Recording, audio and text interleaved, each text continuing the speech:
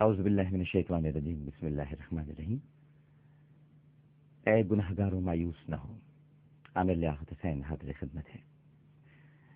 آج پروگرام کا آغاز کرتے ہیں برخ عابد کی توبہ کے واقعے سے۔ حضرت کعب رضی اللہ تعالی عنہ ارشاد فرماتے ہیں کہ حضرت موسیٰ علیہ السلام کے زمانے میں بنی اسرائیل میں قحط پڑ گیا۔ بنی اسرائیل حضرت موسیٰ علیہ السلام کے پاس بارش کی دعا کرانے کے لیے آئے۔ ظاہر ہے کہ اولو العزم نبی ہیں، مستجاب الدعوات ہیں، تو دعا کرانے کے لیے تو نبی کے پاس ہی آئیں گے۔ بنی اسرائیل حضرت موسیٰ علیہ السلام کے پاس آئے۔ حضرت موسیٰ علیہ السلام نے ارشاد فرمایا کہ میرے ساتھ پہاڑ کی طرف نکل پڑو۔ وہ سب کے سب حضرت موسیٰ علیہ السلام کے ساتھ پہاڑ کی طرف نکل پڑے۔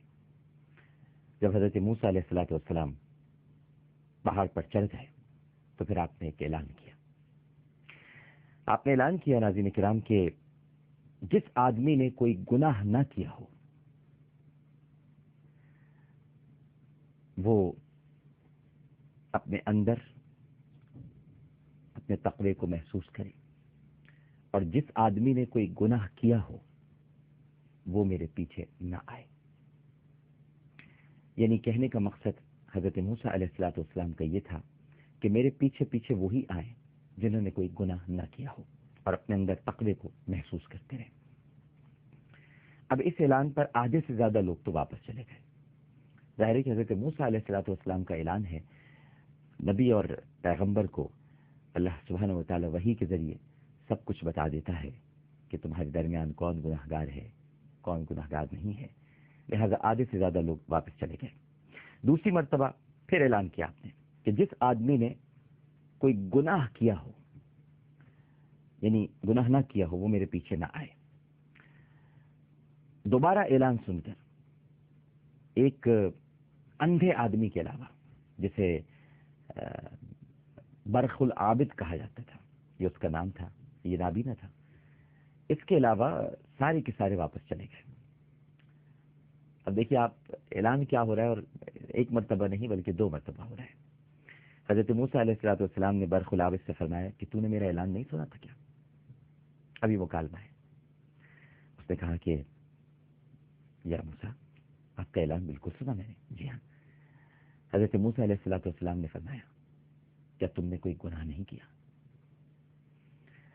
اس نے کہا کہ میرے خیال کے مطابق مجھ سے کوئی گناہ نہیں ہوا۔ ہاں، اب دیکھیے یہاں جملے بھی بڑے اہم ہیں۔ وقت ہمارے پاس اتنا نہیں ہوتا، ورنہ شاید ہم ایک ایک جملے پر اگر دلیل کے ساتھ گفتگو کریں، تھوڑا سا ان ڈیپتھ جائیں، تو آپ دیکھیے انداز گفتگو کیا ہے، میرے خیال کے مطابق، یعنی یہ نہیں کہ یقیناً میں نے کوئی گناہ نہیں کیا، میرے خیال کے مطابق میں نے کوئی گناہ تو نہیں کیا۔ البتہ ایک عمل ہے، اگر وہ گناہ ہے تو پھر میں واپس چلا جاؤں گا۔ حضرت موسیٰ علیہ السلام نے پوچھا کہ وہ عمل کیا ہے جس کے بارے میں تو شاکی ہے، شک کرتا ہے اس پر؟ اس نے کہا کہ ایک مرتبہ میں راستے میں جا رہا تھا، ایک حجرے کا دروازہ کھلا ہوا تھا، میں نے یعنی اب تو وہ نابینا ہے، تو اس نے کہا کہ جو حجرے کا دروازہ کھلا ہوا تھا تو میں نے اس سلب شدہ آنکھ سے اندر دیکھ لیا، لیکن مجھے پتہ نہ چل سکا کہ وہ مرد ہے یا عورت ہے۔ پھر میں نے اپنی آنکھ سے کہا اللہ اکبر۔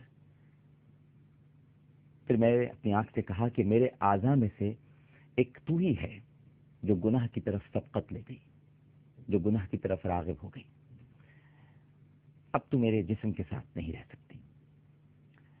لہذا میں نے آنکھ میں انگلی ڈالی اور اسے اکھیڑ کر باہر پھینک دیا۔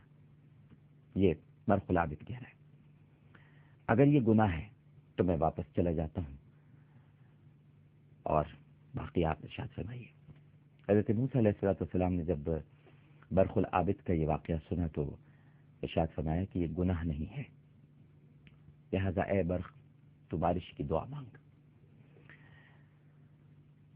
اس نے دعا مانگی، اور دعا کے الفاظ کچھ اس طرح سے تھے کہ اے قدوس، اے قدوس، جو نعمت تیرے پاس ہے وہ ختم نہیں ہوگی اور تیرے خزانے کبھی فنا نہیں ہوں گے۔ اے قدوس، اے قدوس، تو بخل کی طرف منسوب نہیں کیا جاتا۔ یہ کیا حالت ہے کہ جس کی وجہ سے تو پہچانا نہیں جا رہا؟ ابھی ابھی ہمارے لیے بارش برسا دے، اے قدوس، اے قدوس۔ راوی کہتے ہیں کہ حضرت موسیٰ علیہ السلام اور برق کیچڑ میں لت پت ہو کر واپس آئے، یعنی اتنی بارش ہوئی۔ اب اس واقعے کا مطلب یہ نہیں ہے، کیونکہ اسلام جب آیا ناظرین کرام تو اس نے رہبانیت کا خاتمہ کیا، اعضا کو تکالیف دینے سے منع کیا،